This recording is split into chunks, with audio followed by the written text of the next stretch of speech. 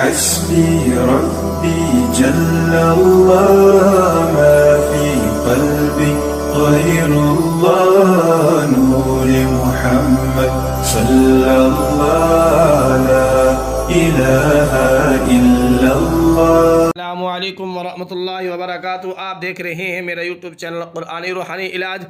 ناظرین، آج ایک مرتبہ پھر نئی ویڈیو کے ساتھ آپ کی خدمت میں حاضر ہوں۔ امید کرتا ہوں آپ سب خیر و عافیت سے ہوں گے۔ ناظرین، آج جو میں آپ کے لیے ویڈیو لے کے آیا ہوں وہ بہت ہی اہم اور خاص ہونے والی ہے، جس میں آپ کو بتاؤں گا آنکھ میں سفید موتیا ہو یا کالا موتیا ہو، اس کا علاج بتانے جا رہا ہوں۔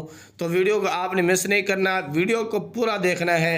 ویڈیو میں جانے سے پہلے آپ سے چھوٹی سی ریکویسٹ ہے، اگر آپ نے ابھی تک میرے چینل قرآنی روحانی علاج کو سبسکرائب نہیں کیا تو سبسکرائب کر لیں، ساتھ میں لگی بیل آئیکن کو پریس کر لیں تاکہ میری ہر نئی آنے والی ویڈیو کا نوٹیفیکیشن سب سے پہلے آپ تک بآسانی پہنچ سکے۔ تو ناظرین، بنا ٹائم ویسٹ کیے آپ کا ہم چلتے ہیں ویڈیو کی طرف۔ دوستو، انسانی جسم کے اعضاء میں سے آنکھ کی اہمیت بہت زیادہ ہے۔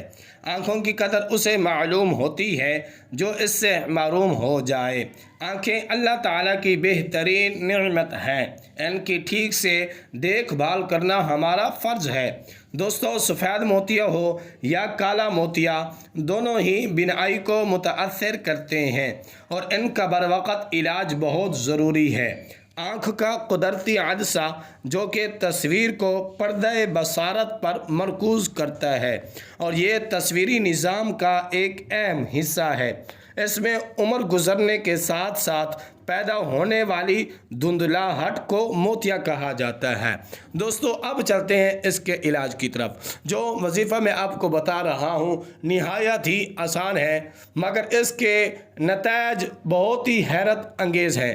اگر آپ نے کر لیا تو انشاءاللہ تعالی آپ کی آنکھوں میں اگر سفید موتیا ہے یا کالا موتیا ہے، انشاءاللہ تعالی ختم ہو جائے گا۔ تو دوستو، یہ جو وظیفہ میں آپ کو بتا رہا ہوں اس کو آپ نے غور سے سننا ہے اور اس پر آپ نے عمل کرنا ہے۔ تو دوستو، آپ نے کرنا کیا ہے؟ 5 وقت نماز کے بعد جس جگہ پہ آپ نے فرض پڑھنے ہیں اس جگہ پہ بیٹھ کے آپ نے بسم اللہ الرحمن الرحیم 3 مرتبہ پڑھنا ہے، اور یہ پڑھ کر اپنے ہاتھوں پہ دم کر کے اور اپنے ہاتھوں کو اپنی آنکھوں پہ مل لینا ہے۔ اس کے بعد انشاءاللہ تعالی کچھ عرصہ آپ نے ایسا کرنا ہے۔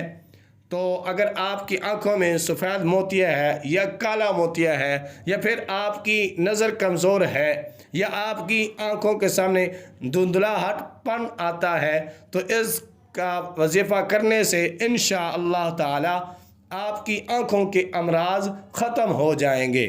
تو دوستو، امید کرتا ہوں آج کی یہ میری چھوٹی سی ویڈیو آپ کو بہت پسند آئی ہوگی۔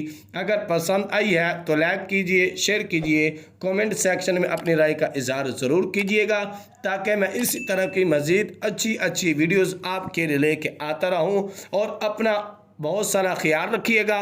پھر ملتا ہوں کسی نیکسٹ ویڈیو میں، تب تک کے لیے اللہ حافظ۔